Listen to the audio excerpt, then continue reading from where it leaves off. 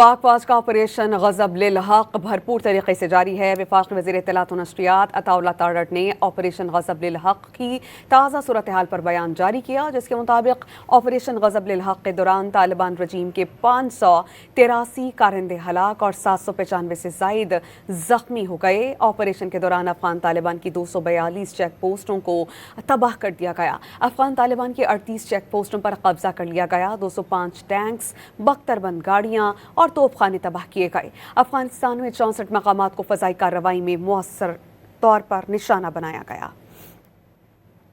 पाक फौज का ऑपरेशन गज़ब लिल हक भरपूर तरीके से जारी है। वफाकी वज़ीर इत्तलात व नशरियात अताउल्लाह तारड़ ने ऑपरेशन गज़ब लिल हक की ताज़ा सूरत हाल पर बयान जारी किया, जिसके मुताबिक ऑपरेशन गज़ब लिल हक के दौरान तालिबान रजीम के 583 कारिंदे हलाक और 795 से जायद जख्मी हो गए। ऑपरेशन के दौरान अफगान तालिबान की 242 चेक पोस्टों को तबाह कर दिया गया। अफगान तालिबान की 38 चेक पोस्टों पर कब्जा कर लिया गया। 205 टैंक्स, बख्तरबंद गाड़ियाँ और तोपखाने तबाह किए गए। अफगानिस्तान में 64 मकामात को फ़ज़ाई कार्रवाई में मुअस्सर तौर पर निशाना बनाया गया।